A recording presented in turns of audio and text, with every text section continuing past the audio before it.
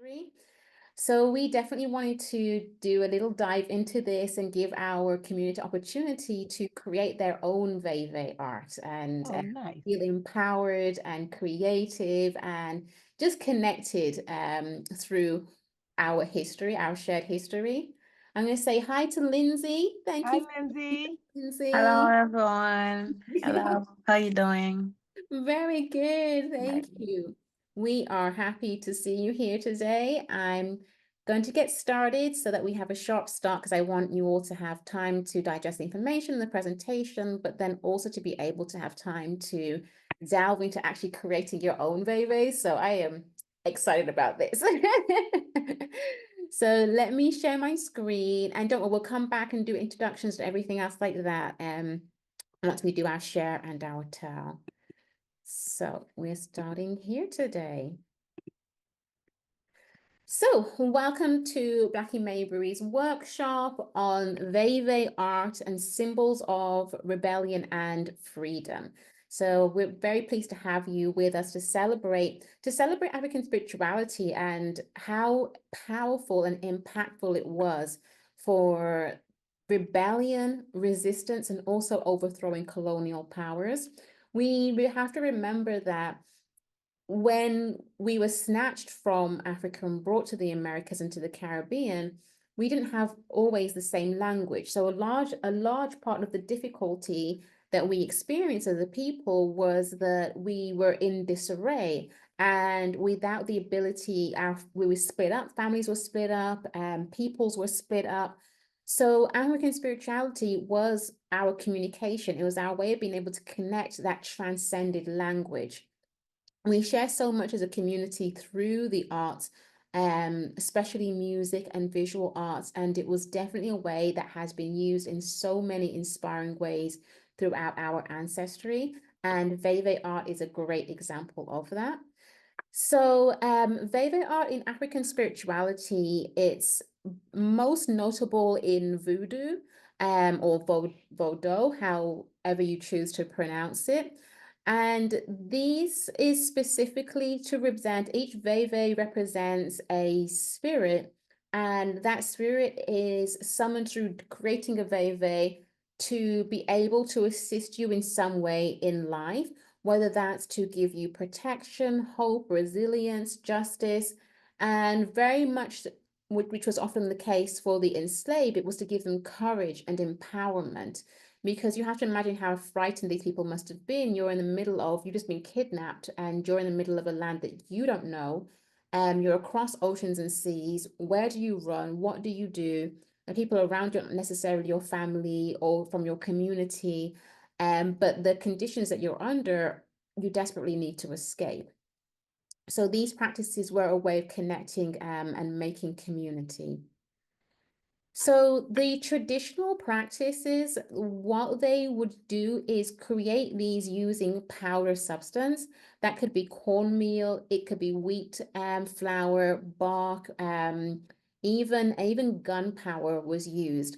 And these would be drawn directly onto the ground.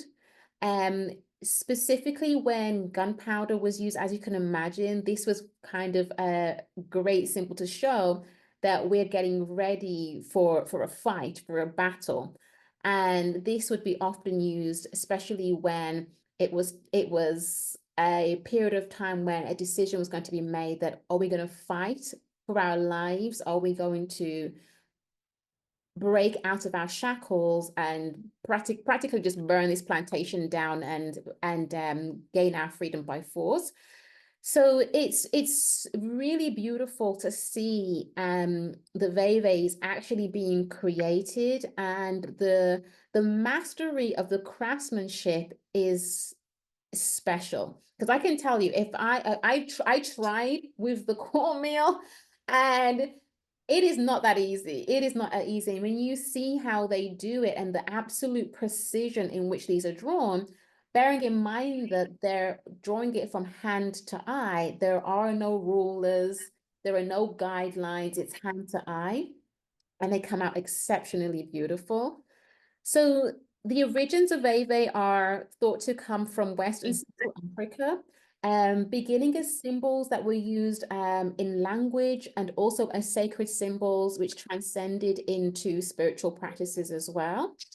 So these symbols are often used to represent deities, the Orisha, to invoke spirits, to be able to assist the person who is using this practice with their journey in life, helping them to be able to, whether it's achieve something, have better luck, etc., or just to have strength within themselves.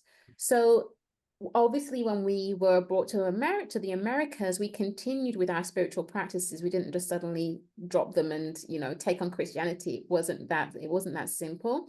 So we would maintain a lot of these practices, and different regions of the Americans and the Caribbean had different names for it. There's Santorini, there's Vodou, there's Hoodoo, there's Obeah. There's lots of different names, but essentially they all come down to the same thing, which is the practice of African spirituality, the practice of coming together in community for empowerment. So the role of African spirituality in leading the resistance. Now, these practices were so powerful that they were pretty much the I tend to imagine what this must have looked like for both sides, both Africans and Europeans who were holding Africans on plantations, because a lot of the revolts, the slave revolts, began with African spiritual practices.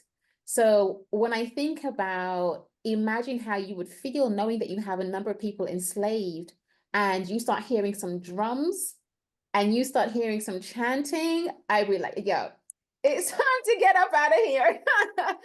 So very frequently, a spiritual practice was the beginning of a revolt, because it was what was used to connect people and to empower people as a unit, not as an individual, as a unit, and they would act together to gain their freedom.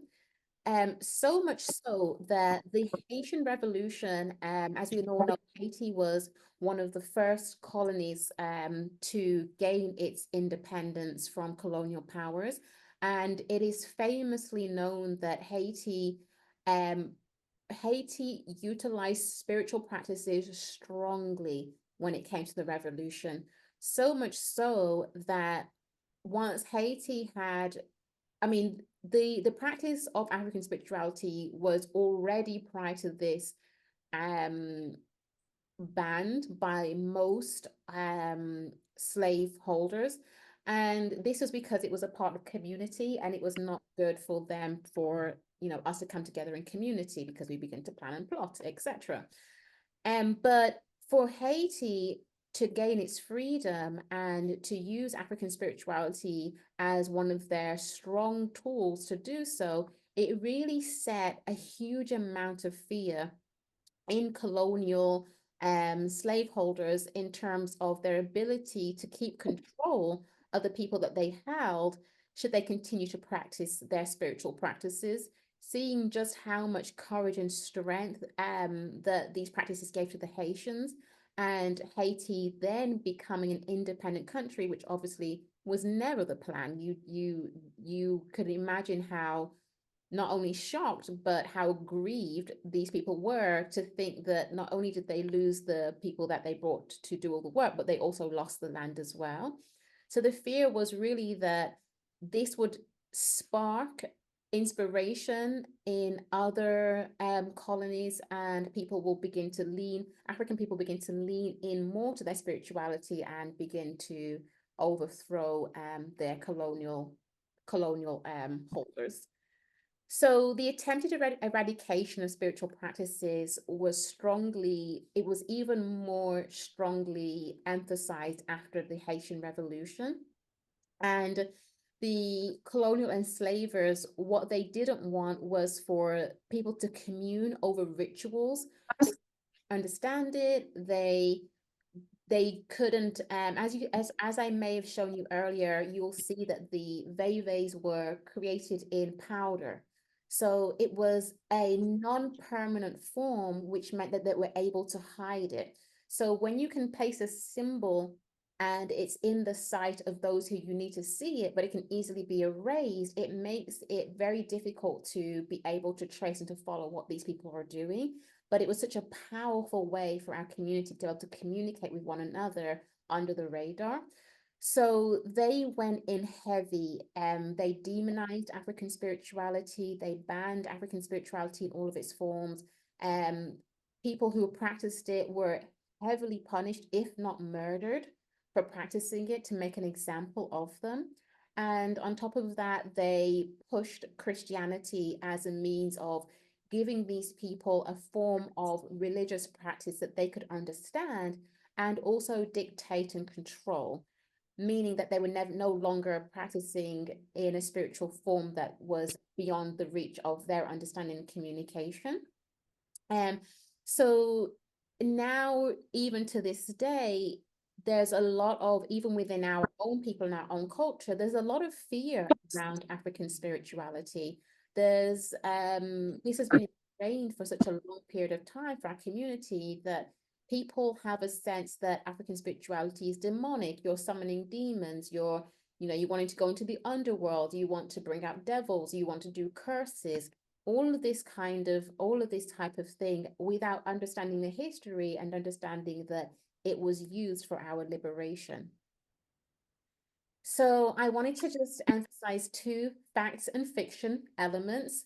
So the term voodoo versus Vodou, and there's a huge difference because voodoo is a term that we all know and recognize, but that is a term that was created by Westerners as a means of being derogatory and making fun of these practices. And so there are many practitioners, priestesses and priests who really don't like the term voodoo. However, there are still a lot who do use that specific term just because it's commonly known. So it's easy for people to understand what it is that they're talking about if they just use sometimes the common terms.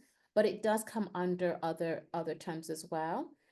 The voodoo doll. So the voodoo doll again is another Western creation. This came about with Hollywood and the need to demonize these practices by emphasizing or trying to not just emphasizing, because it's actually just a bold lie. The bold lie was that these dolls were created as a means for you to put hexes and curses on other people, and then you'd put a pin into the doll and it would create somebody to break their arm or have pain somewhere. Purely Hollywood fictional creation. There are voodoo dolls, but these dolls were actually used for quite the opposite. They were sacred objects that were used for healing, and they were used more as a way to be able to give blessings and healings and reverence to people living and also who have passed as well. So, Veves of rebellion, symbols and meanings. So they all have very specific names. Each of the symbols, as you can see, the two that are demonstrated here are so detailed. They are so detailed and so specific because each of them would represent a very specific deity or very specific spirit. So the first one that you see, which is Azili Dantor, is for the mother and the warrior. So there's this connectivity between being able to be a nurturer and a mother, but at the same time, and as we see in nature, and in life, a mother is often conceived as somebody who is very loving and nurturing and caring and just very kind of compassionate. However, a mother can be the most dangerous person to deal with. And we see this anytime they say, the most dangerous time to approach any animal in nature is when that animal is a mother that has babies. Then you're going to be in there's no turning back. And I found it very interesting that there's that connectivity. And you'll see, or if you have any understanding or any knowledge of practices like hoodoo and Vodou, is that it's very much related to nature and how we connect with each other, how we connect with the planet and the place that we are in. Um, so the next symbol, a gal, this is very much more specific to the courage for fighters. So this is one that would be used often for warriors before rebellions. And this would be to be able to invoke the spirits of strength and empowerment and courage so that people could actually feel like their deities, their spirits, their ancestors were behind them when it was time for them to take action and fight for their freedom. Okay, so Vodou and the African diaspora cultural legacy. So this culture it's so beautiful and it's so rich. It really spreads all the way, like, we brought so many things with us culturally. And despite having to hide some of our practices, a lot of our practices are now, because of the demonization of these practices, especially after the Haitian Revolution, a lot of them were hidden in Christianity. And there's a notable difference if you've been to church and you've been to both a Black church, let's say, compared to like a Catholic white church. You can see there's a huge difference in the way that we worship. A lot of this comes from the fact that our ancestors would hide some of their spiritual practices within Christianity as a means of not being, murdered or brutalized for practicing African spirituality. But that legacy remains, and you can see it in just the way that we worship. We worship with a lot more, with our bodies and our voices so much more. I've had friends who have come to my church when I was younger, or they've spoken to me about going to a Black church for the first time and being like, whoa, it's like a concert. Like there's music, people are dancing, people are shouting. It's alive comparatively to a more Catholic church, which it's very regimented.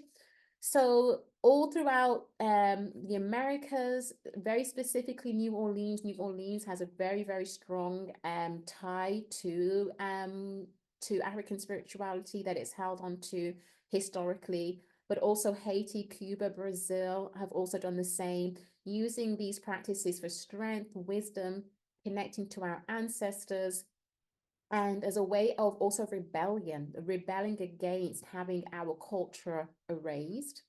So there's a very diverse range of African spiritual practices based on location, based on religions that they may have intermingled with, cultures they may have intermingled with, including Native American culture as well. It's a very interesting and very deep.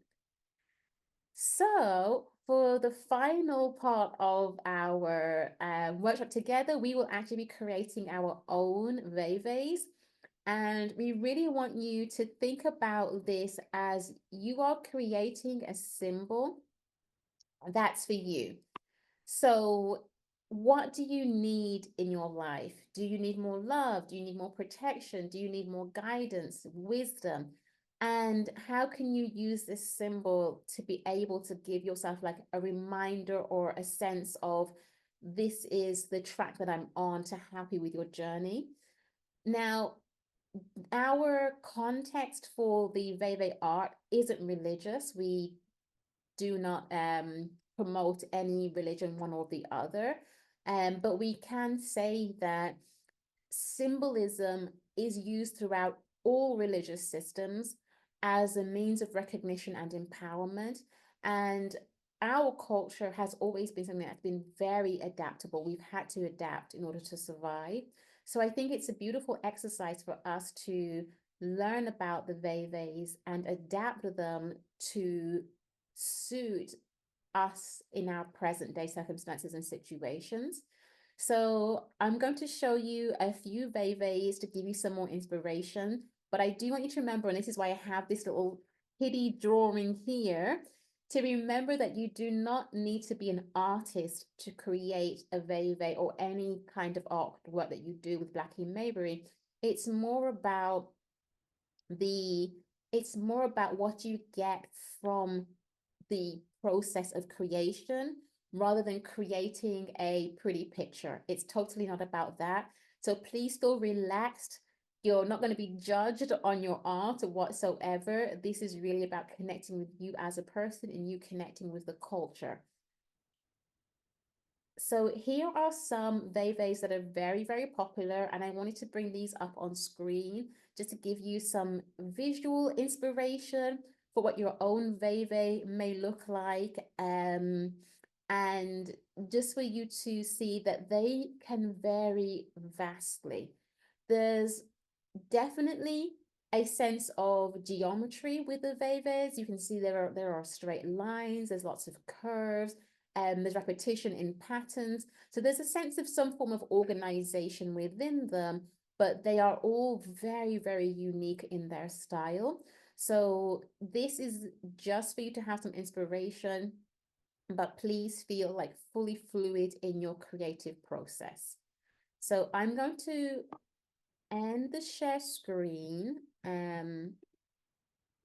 so that I can give you all an opportunity to be able to ask any questions prior to us going into a few moments of quiet time for you to begin your creations. Does anyone have any questions?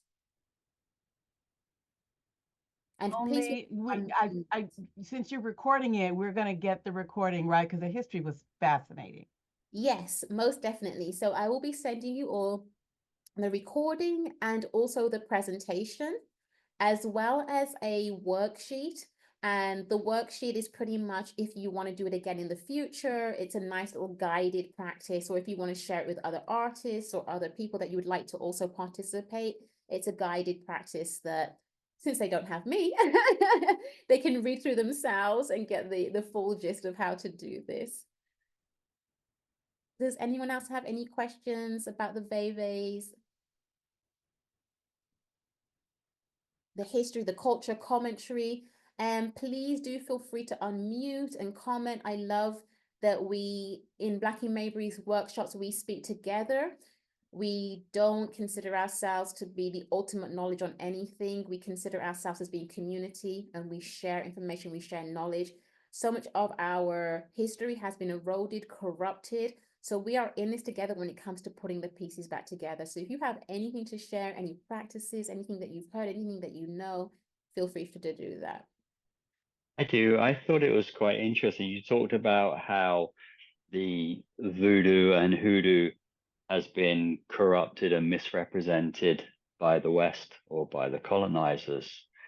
And it's interesting because voodoo, whenever you think of voodoo, I think of voodoo doll. I think to put a bad spell on people. It's interesting to learn that that isn't what it's about. That was, of course, an aspect of it, but it was as much, or if not more so, about creating a voodoo doll for each of your family members to protect them. So I thought that was a good example of Europeans sort of bastardizing and corrupting African culture to demonize Black people as a whole.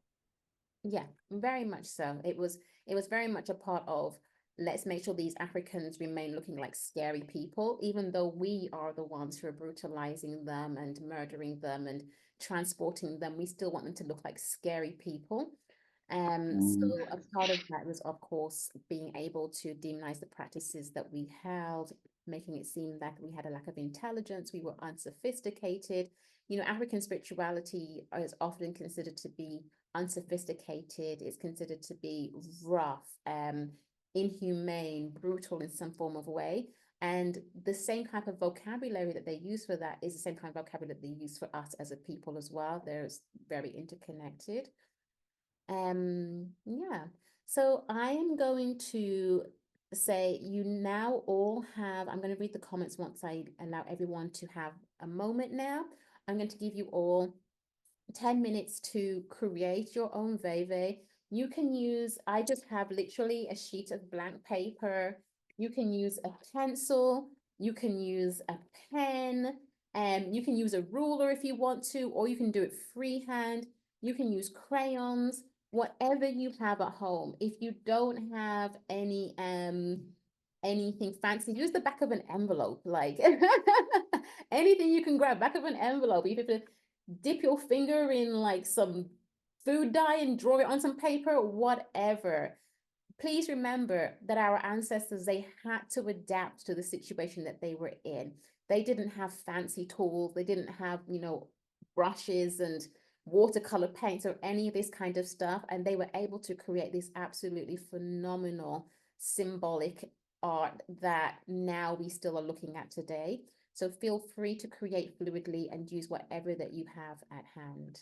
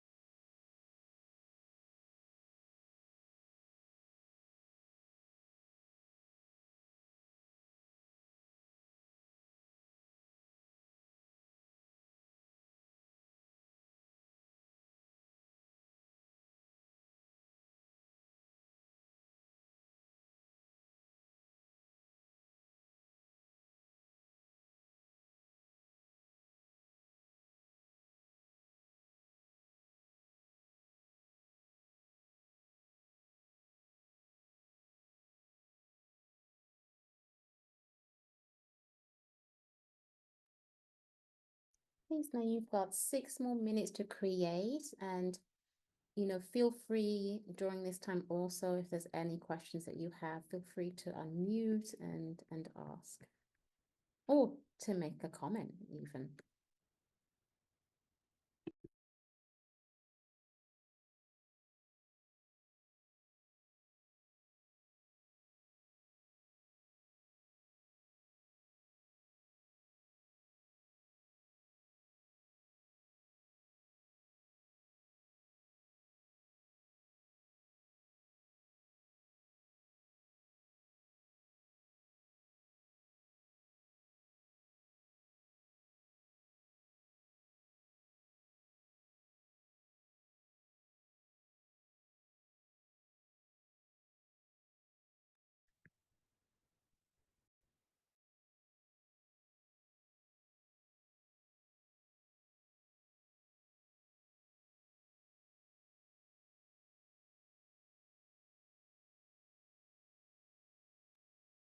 And remember to be fluid. There's no right, there's no wrong wherever your pen guides you, whatever feels good as you draw it onto the paper, just go with the flow of that.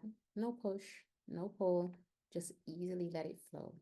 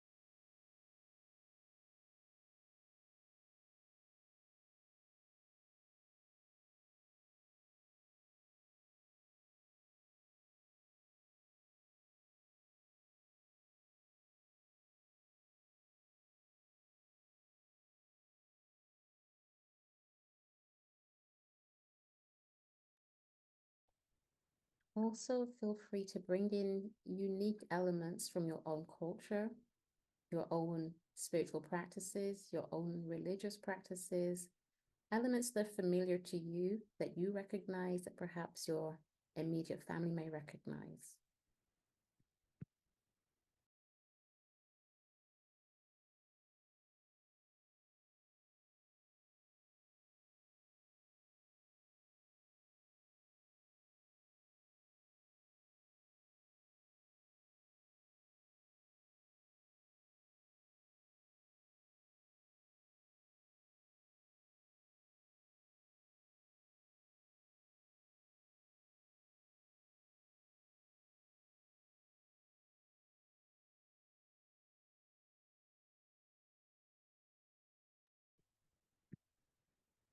Okay, you have 2 more minutes to create,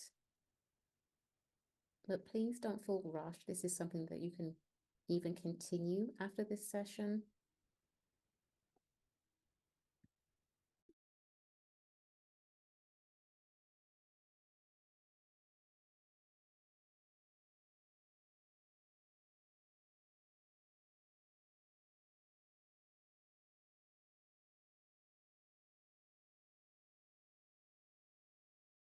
I just wanted to give a comment that I really appreciated what you clarified about New Orleans. I live in New Orleans, and that is like constantly, and I also teach high school Black studies, but like that's all, I'm always running into that sort of confrontation when people come to the quarter or when they come to New Orleans, they think about voodoo in this kind of performative idea of it. And I think what I try to teach my students, is like there's so much that is a part of, even the ones who are Catholic and are Christian don't realize like how much their religion is impacted by a different or an African tradition, the way we move, the things we say, how we dance, like all of that. And especially like on a Sunday, if you've ever been down here, coming to a second line, like that is the manifestation of that sort of spirit. So I just want to say thank you so much for that. Oh, appreciated. No, most definitely. I think that it's we have some places such as New Orleans that are a stronghold for different cultural elements. And when it comes to African spiritual practices, New Orleans has been exceptionally strong at holding on to that culture. And this comes down to the experience. The experience was very different, not just from region to region, times of country, but even from plantation to plantation. We were going through all different types of atrocities depending on where we were placed. And it's really inspiring to see that there's an ability, despite what you're going through, to lean into that culture. And I think it's beautiful that we have to remember that fluidity is something that's also very African, and this is something that I've learned from being within the arts and seeing the codification of text and books. Storytelling is as African can be, and we've been doing this for centuries and passing stories from one generation to another. But codification can often make it stiff. It means the unflexibility or the inability to move. So a large part of our culture has been this fluidity because we've been constantly on the move and not always had the ability to be able to codify things per se. But at the same time, it creates beautiful regions like New Orleans, which are so unique because of the intermingling of the cultures that were there and the need to preserve it while still being able to survive and navigate the space that you're in. And it's very much the same if you go from Haiti to Jamaica, you'll see familiarity in so many places, but at the same time, so many different expressions of it. And it just makes the culture so colorful and so beautiful.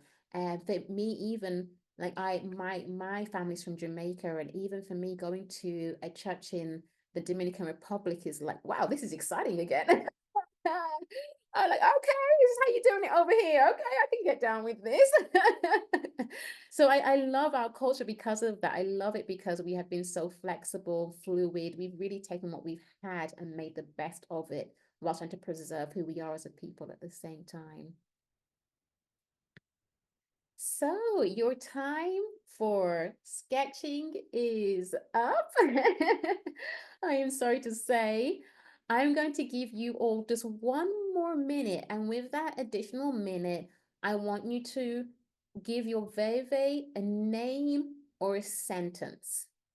A name or a sentence. I know that sometimes it's hard to give one or the other depending on why you created it and how you created it, but give it a name or a sentence that you can share with us to express its significance.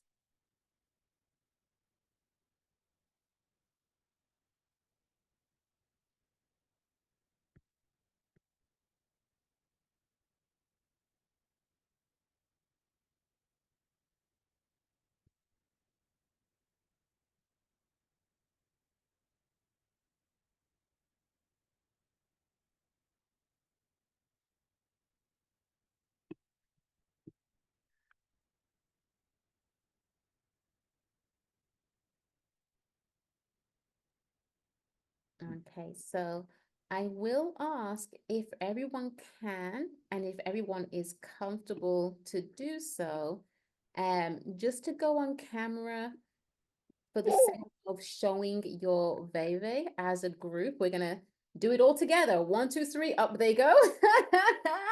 So that way no one has to feel like the spotlight is just immediately on them. Or no one has to go first, which is always, it can always be quite daunting. So I see that Lee has flipped his camera around already in preparation of showing his Veve. If the rest of you could do the same, if you're comfortable to do so. I understand if you just got back from work and your house is a mess and you're just trying to get on this call real quick, do not worry about it. We're not judging you.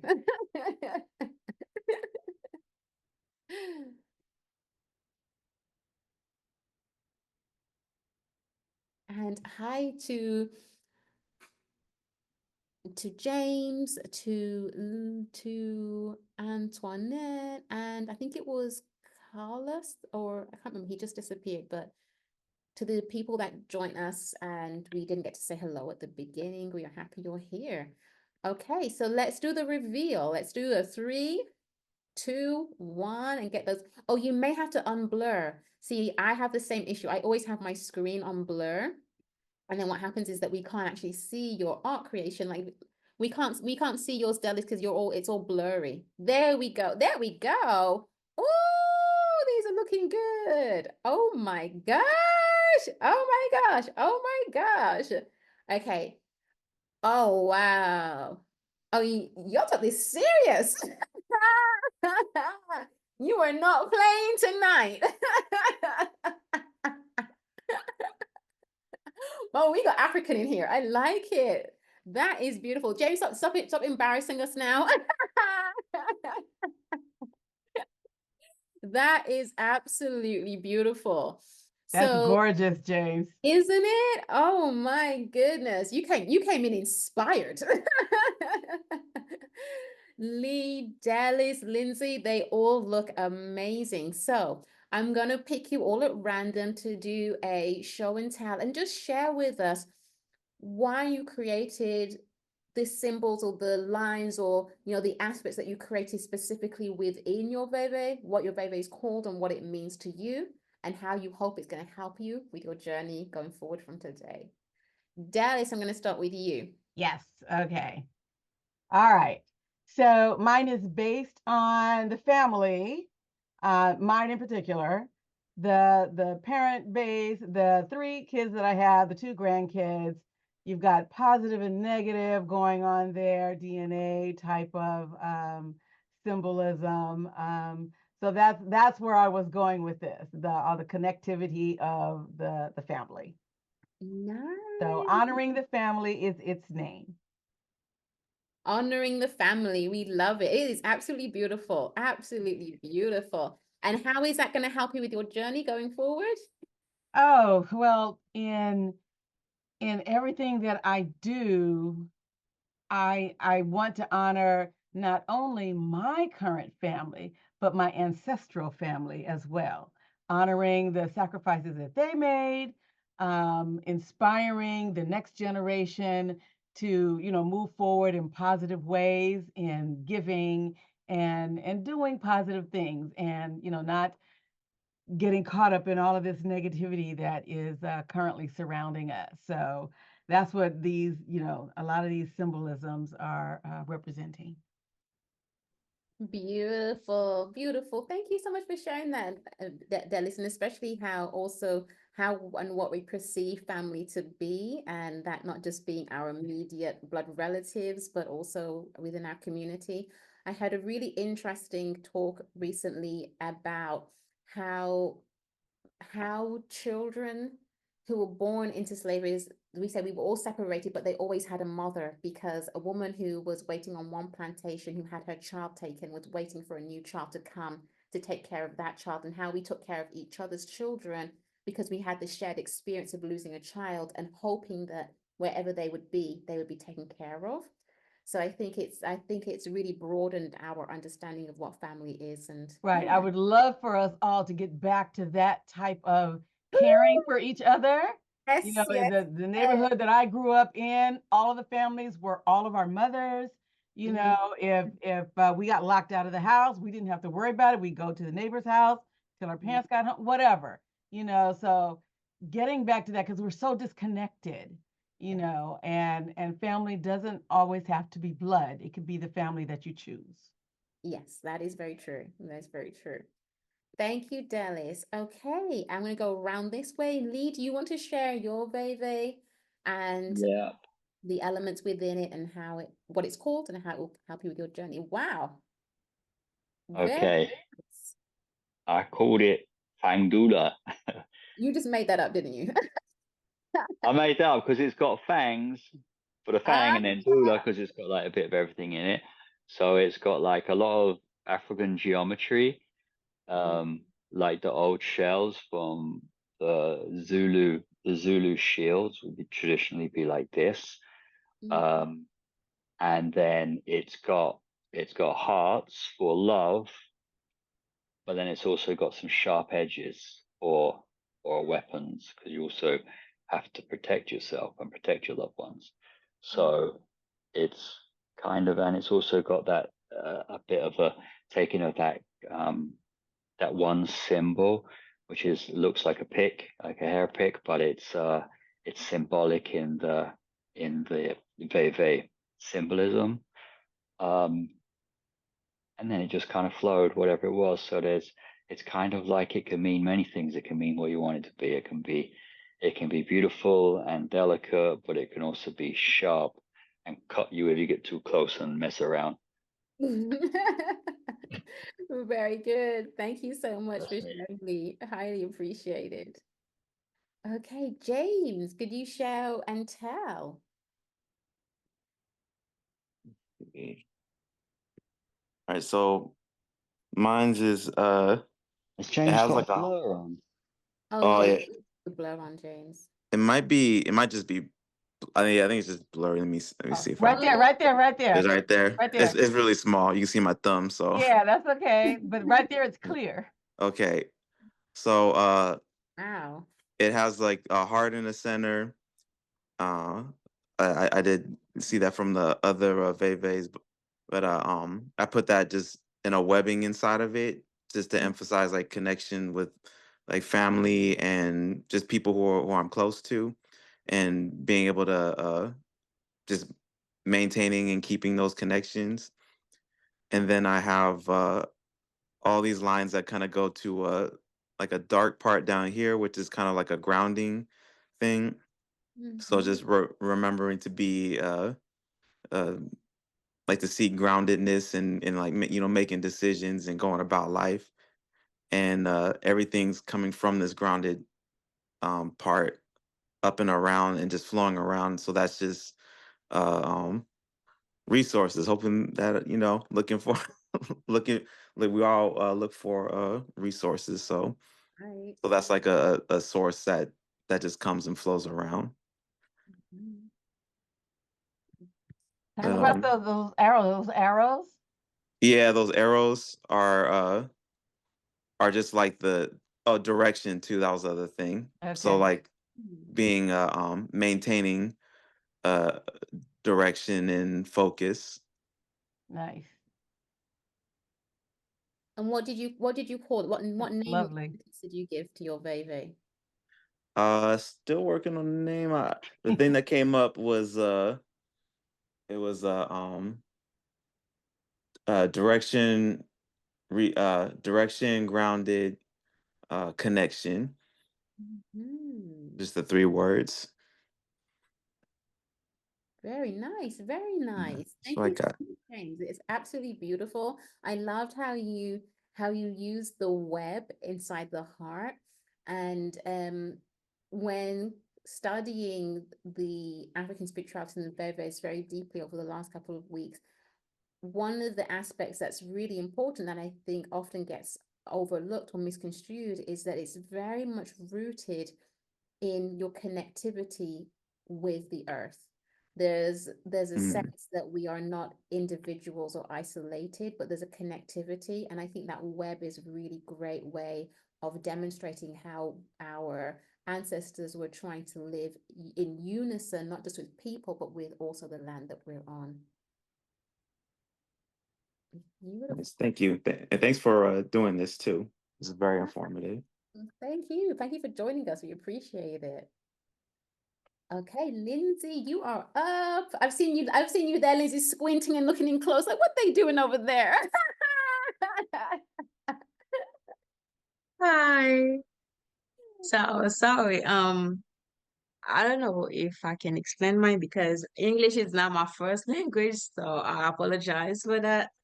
You're No, fine. But You are fine. thank you. I'm gonna try to explain it. So I don't know if y'all can see it. That's the Vamos Samedi.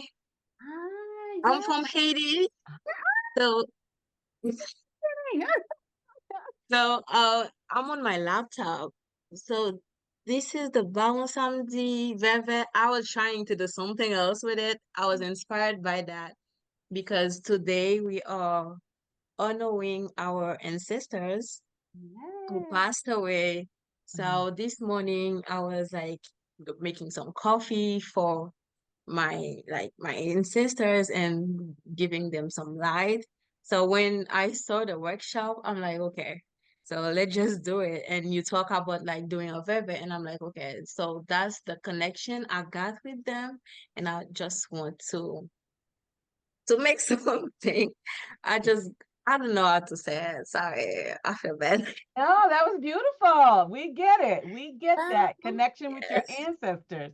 And Yeah. today of all Yes. days, the celebration. So this Yes, today is a was a celebration perfect of day to do life. this. Yeah, Oh, and being connected with them, it feels great. yeah. Yes. Oh, nice. Oh my gosh, it feels so good having people from all over the diaspora chiming It in. feels great. Oh my God. I've got Like, goosebumps. hey, here. I'm like, Haiti out here sparking fires. No, Thank you, by the way. brilliant. So share Uh, with us, Lindsay, what would you traditionally do today? Oh, so right now I'm living in the US, but like in Haiti, we go to the cemetery. We Cemetery. clean. Yes, we clean the tombstone, give coffee, or it really depends. We can give coffee, water, or just like alcohol and Some kind of light. beverage. Yes, some kind of beverage, and also food. If you know like the kind of food that person really liked when that person lived here. But the most important is to light a candle, that person to help her or him to like keep moving, because today is not a like it's not death. We're not supposed to cry. It's a celebration of life. Yep. And when we have all these spirits coming, they celebrating. We call them gede. So they come, they drink with us, they give us like some guidance. And that's great. I miss that. Really, I miss that. So I was dancing here in my room by myself, but that's what I got. And now I'm here and I'm grateful for that. You can call Oh, me up and celebrate with me. I don't mind. okay. All right. Where are you exactly in the US, Lindsay? I'm in Maryland, Maryland? Brazil. Oh, Yes. I've Okay. got relatives there. Was there? I have relatives there in Maryland. Oh, great. All right. Where are you, James? I'm in LA in Long Beach. Oh, okay. We're all close then. Oh yeah, We're you're not too far from me, James. We're Oh, related. Oh my goodness, that has been absolutely beautiful. I Well, love thank it. you all Yeah, for and when I saw about the workshop and it was like today, I'm like, okay, that's a sign. you had to be Because I here. was like Sign. thinking, It's a yeah, I was sign. thinking about studying um to to draw Veves. And I'm like, okay, It's a so that's a sign. sign to study it. I'm gonna do it. There you go. Start your Are you series. guys, James and Lindsay and Antoinette, are you guys following Blacking Mayberry on Instagram and stuff? Yes, make sure yeah. you follow them. Cool. Okay, I will. I You'll just did it on Eventbrite, so I will do it on Instagram Do it also. on Cool. Institute. Yeah. Yeah, that's how I And found out about this. Oh, oh, Wow. nice. sweet. yeah. Yeah, Tanya's doing new things all the time. Okay. Well, thank you all so much for sharing your Veves. I'm going to just bring Antoinette's not going to share? huh? Antoinette's Oh, not going to share? sorry, I'm only seeing the people who are on screen. And Antoinette, are you there? Are you going to share yours with us? Or are you a silent participant? You don't mind. All are welcome, whatever your comfort level is. That's okay. Anytime you want to chime in, please feel free to do so. And sometimes it can be things going on at home, distractions, that's fine. So I'm going to share screen with you all one more time. And this is to say we definitely want to ensure that we have used this time and this space as a symbol of our appreciation for our ancestors, for how they held on to the culture, the arts, the practices that we had in order to be able to find the courage to resist, to rebel, so that we can actually be here today. We hope that you will continue in your journey with Veve Art. This certainly won't be the last workshop that Blackie maybe will do on this. We will continue to bring more workshops on our culture and our heritage. And we ask that we do invite you to follow us, to share your Veves with us. You can tag us on social media. You can send it to us via email so we can share that with our community as well, and encourage others to also create their own Veves and continue with us in this journey. I will send you all a follow-up email that will have this workshop in it, the presentation, the recording, the workshop, the sheet, a worksheet that you can share, and also all of our like social media tags and links and our newsletter sign up so that you can actually stay plugged in with Black in Mayberry and all the activities that we do, things we have upcoming. We do appreciate any donations that you're able to give. We're a 100% volunteer-run nonprofit organization. So everything that we do goes directly back into community, back into creating experiences like this that empower our community and our people. And just in case this is the first time that you are getting to know Black in Mayberry, we are a 501c3 nonprofit organization with the mission of combating racism through the arts. So we focus on amplifying the voices of Black artists, where we connect both art and activism together. And the artists are our way of showcasing and demonstrating the experiences that we have of Black people in America and across the diaspora as well. Art is such a powerful way to be able to combat racism because art often transcends many, many barriers. And we've been doing this successfully for the last 2.5 years, and we intend to continue doing so. So we hope that you will become a part of our community as well.